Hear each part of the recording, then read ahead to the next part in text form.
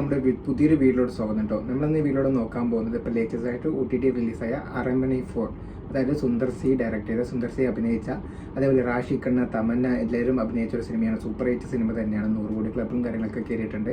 അപ്പോൾ ആ സിനിമയുടെ ഒരു മലയാളം ഡബ്ബിംഗ് വേർഷനാണ് നമുക്ക് കാണാൻ വേണ്ടി പോകുന്നത് കേട്ടോ. അതിൻ്റെ പാർട്ട് 1 ആണ്. അപ്പോൾ ഇതിനെ തുടർന്നുള്ള ഭാഗം നിങ്ങൾക്ക് വേണമെന്നുണ്ടെങ്കിൽ താഴത്ത് കമൻറ്റായി രേഖപ്പെടുത്തുക. നമ്മളതും ചെയ്യുന്നതായിരിക്കും. ഇതൊരു പ്രേതപ്പടമാണ് കേട്ടോ. അപ്പോൾ നമ്മൾ ഒട്ടും വൈകിപ്പിക്കുന്നില്ല, നേരെ വീട്ടിലോട്ട് കിടക്കാം കേട്ടോ. അരമണി 4. ഞാൻ അപ്പോഴേ പറഞ്ഞതാ, നിങ്ങൾ മാത്രം പോയിട്ട് വന്നാൽ മതി. ഇവിടെ എന്റെ കൂടെ നിൽക്കട്ടെ.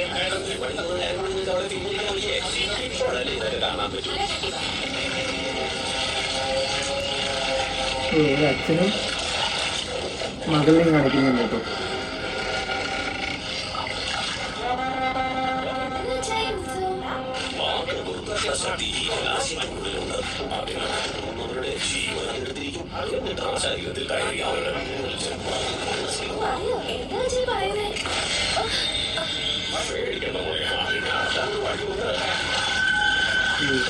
ബലഹീനമായ സമയത്ത്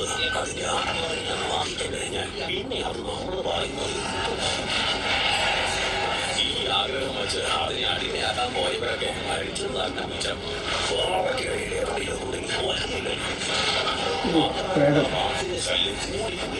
എത്ര ഭാഗ്യത്തിന് 100 വർഷങ്ങൾക്ക് മുമ്പ് ഈ അമൃത ശക്തിയാൽ നമ്മുടെ പൂർവികർ ബാക്കിനെ ആവാഹിച്ചു ഗുണത്തിലാക്കുന്ന ആ സന്തോഷത്തിന്റെ ആഘോഷ ഉത്സവം. എന്താണ് ചെയ്യുന്നത്? നീരെ പിടിച്ചിരിക്കുന്നു വായനക്കാവനെ.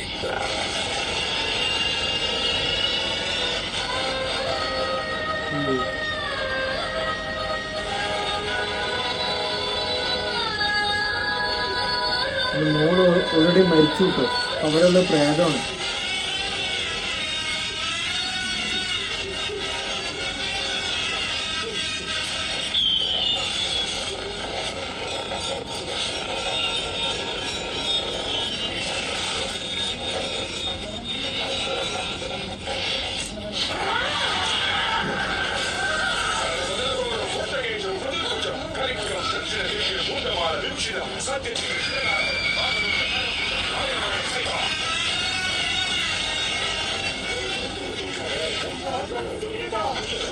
എന്റെ മകളെ ഇവന്താനും എന്റെ ഭാര്യ ജീവിക്കണം. ഇതിന്റെ പരിഹാരമായി അവസാനം വരെ നീ എന്റെ ഭാര്യയുടെ മുന്നിൽ മകളായിട്ട് ജീവിക്കണം. ഇവരുടെ എത്ര പെട്ടെന്ന് കേട്ടിയത്? നല്ല തലവേദന. മോളെ എവിടെ പോയി?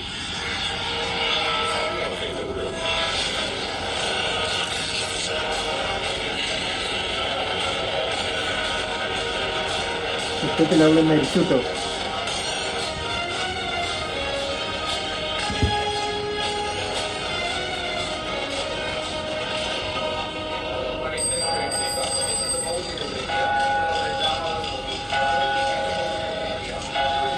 എന്തോ ഒരു കേസ് മാറ്റുന്നല്ലോ.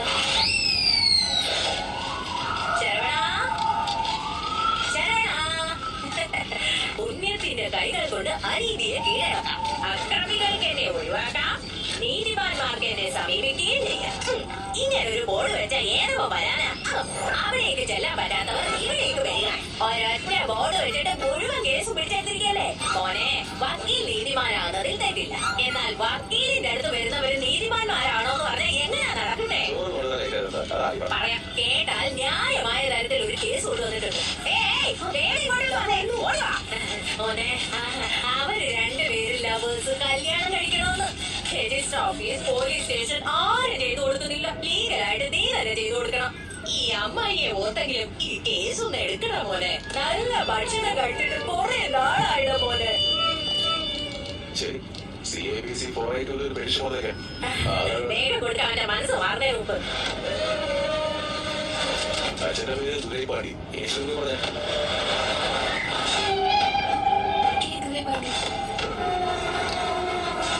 വലിയ കഴിക്കുന്നത് തോന്നുന്നു കേട്ടോ.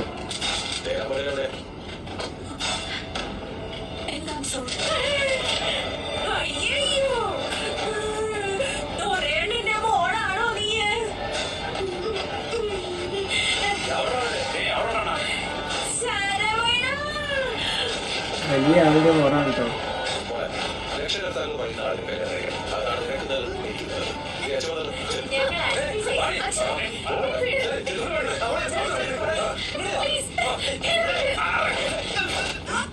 ഭയങ്കര പഴഞ്ഞ പോലെ എടുത്ത് എറിഞ്ഞു കണ്ടില്ലേ?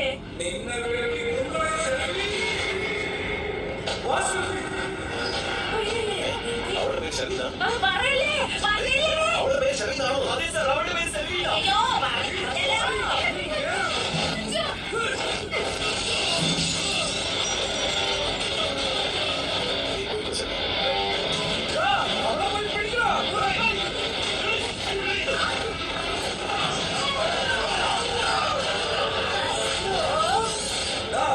ആരോടാ നീ കളിക്കുന്നറിയോ?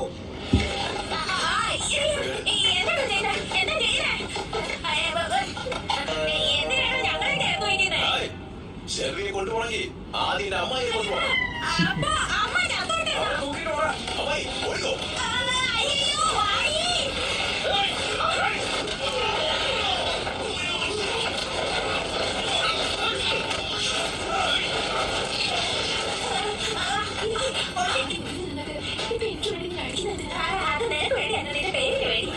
അവന്റെ പെങ്ങളുടെ പേര് സെലീന.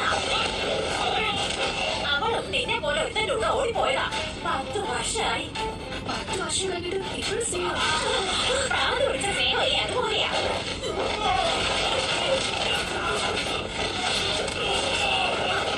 ആര് കെട്ടിയ ഒരു പ്രശ്നം ഉണ്ടെങ്കിൽ അവൻ എങ്ങനെയെങ്കിലും ഒഴിവാകും. പക്ഷേ സെല്ലിയുടെ പേരിൽ ഒരു പ്രശ്നം വന്നാൽ അവൻ എല്ലാ ഉത്തരവാദിത്തവും ഏറ്റെടുക്കും. എന്തിനാണ് എന്റെ കൈ കെട്ടിവെച്ചിരിക്കുന്നത്? എനിക്ക് പോലെ എന്തൊരു രക്ഷയാ.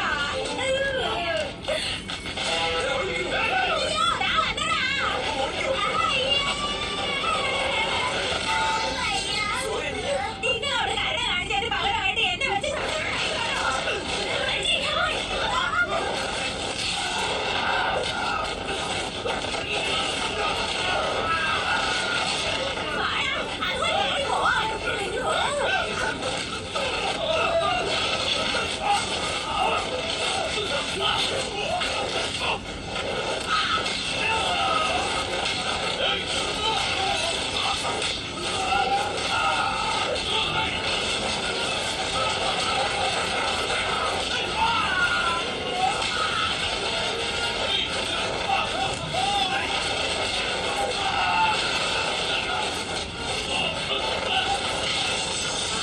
വക്കീലാണെന്ന് കരുതിയോടാ നിന്നെയൊക്കെ വായിലോട്ട് നോക്കിയില്ല.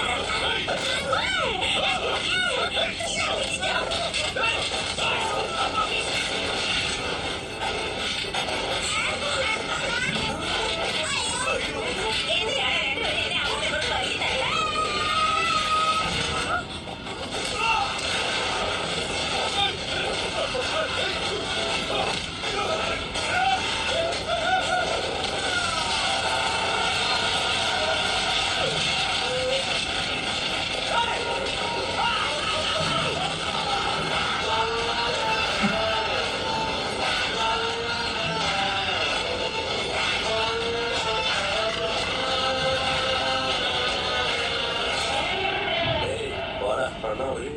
അവൻ അടിയറിയാ.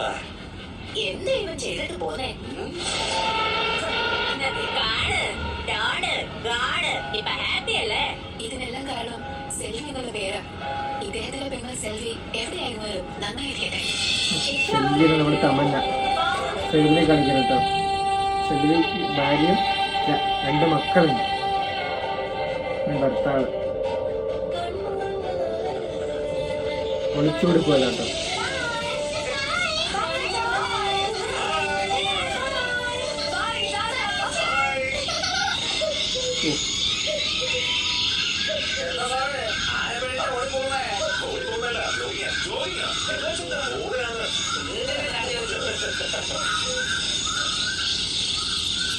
ആരോ വീഡിയോ എടുക്കുന്നുണ്ട് കേട്ടോ അവിടെ.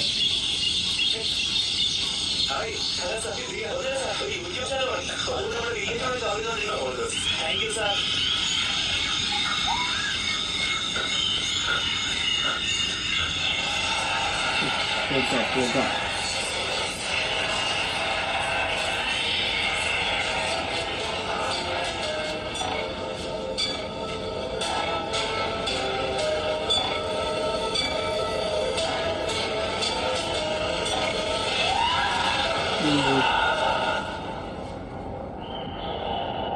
ആരോ പിടിച്ചു വലിച്ചു കേട്ടോ.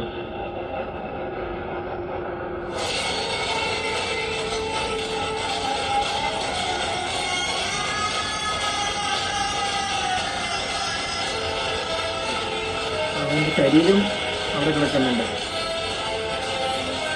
അവന് ശനി രൂപത്തിൽ ആരോ വീട്ടിൽ നോക്കി പോകാൻ കേട്ടോ.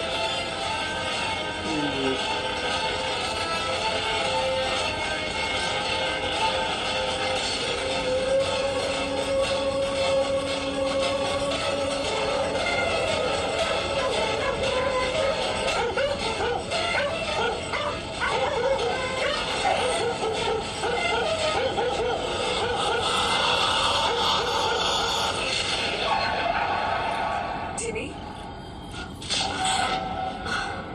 ഇത്ര പെട്ടെന്ന് ഇത് വന്നേതാ? മക്കളുടെ മക്കളെ കാണാതെ ഹാഫ് ആൻ അവർ പോലും ഇരിക്കാൻ പറ്റില്ലെന്നാ? വന്നുടനെ തിരക്കുവാണല്ലോ. മക്കളുടെ അത് എനിക്ക് തരാനുള്ളത് തന്നേക്കാം. അത് കഴിഞ്ഞ് വിളിക്കാം കുഞ്ഞുങ്ങളെ.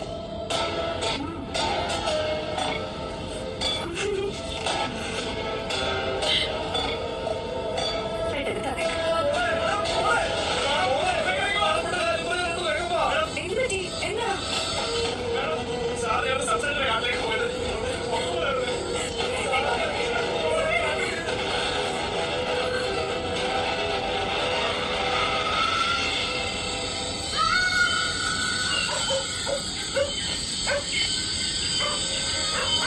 അപ്പൊ കുട്ടികളുടെ സൗണ്ട് കേൾക്കുന്നുണ്ട് കേട്ടോ. തമന്ന പുറത്തേക്കും പോയി.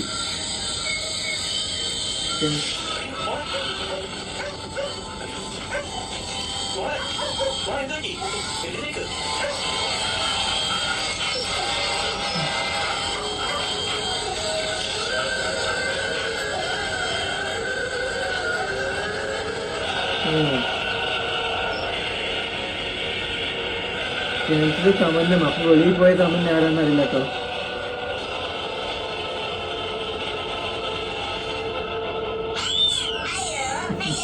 എന്താ ഭായി ഈ കരച്ചിലേ എന്റെ മോനെ അവൻ എന്റെ മണ്ടയിൽ എവിടെ അടിച്ചതെന്ന് എനിക്കറിയില്ല. രാത്രി ഉറങ്ങുമ്പോഴും അങ്ങ് സന്നാപം. കോവിഡ് സ്റ്റേഷനിലെ കോൺസ്റ്റബിളാ ഈ ശരവണനാരാ? ഞാനറിയാം.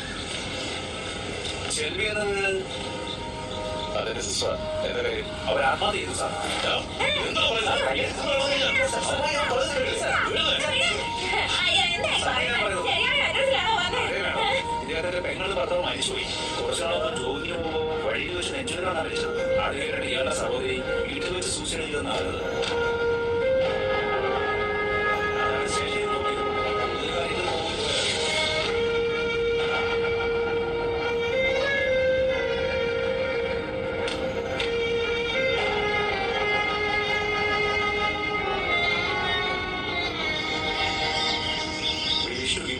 സർവീസ് അല്ല ഇൻട്രസ്റ്റ് എത്ര പെർസെന്റ്? ജസ്റ്റ് 9%.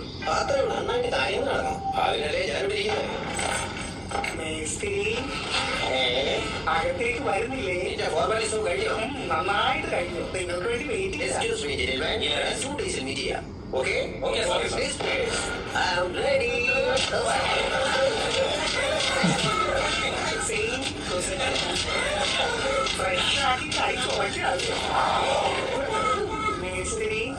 അവന്റെ മുടി മൊത്തം വെളുത്തിരിക്കുന്ന കണ്ടില്ലേ? അവന്റെ ഉള്ളു മുഴുവൻ വിഷമാണ്. അതിനെ ഇങ്ങനെ വെളുക്കാതിരിക്കും. കോഫി അത് സിപ്പ് എടുക്കുന്നോ?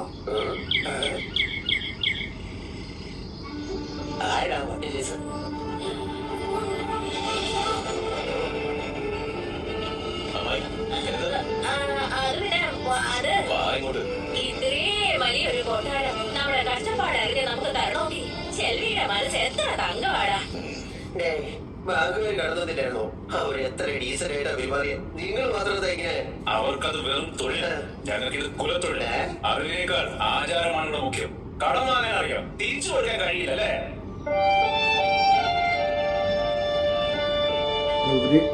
നാട്ടിലേക്ക് വന്നു കേട്ടോ. ഞാൻ ഈ ഗ്രാമത്തിന്റെ പ്രസിഡന്റ്. നിങ്ങളുടെ പെങ്ങളുടെ ഭർത്താവ് നാട്ടുകാർ തന്നെയാ. അയാൾ അത്ര ബന്ധുക്കളാണെന്നൊന്നുമില്ല. നിങ്ങളെ മറിക്കണമെന്ന് വെച്ചാൽ നിങ്ങളെ കുറിച്ച് ഇവിടെ ആർക്കും അറിയില്ല. അതുകൊണ്ടാണ് ലീഗായിട്ട് ഞങ്ങൾ അതിനെ ഇവിടെ അടക്കിയത്.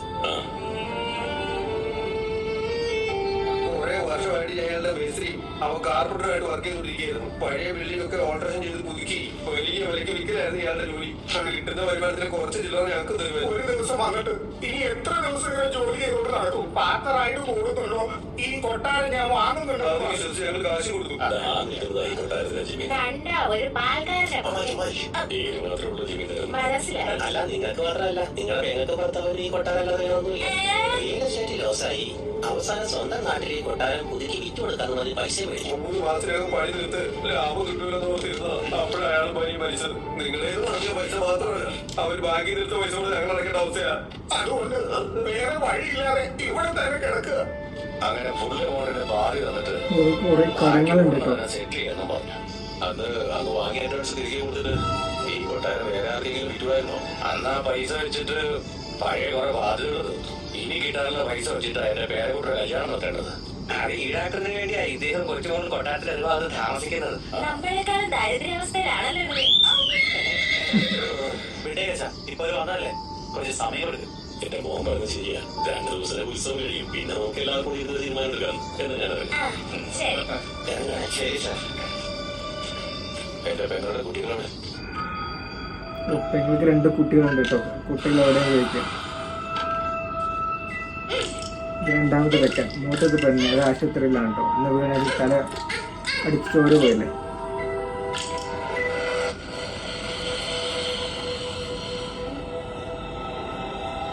പ്രേതമാണോ?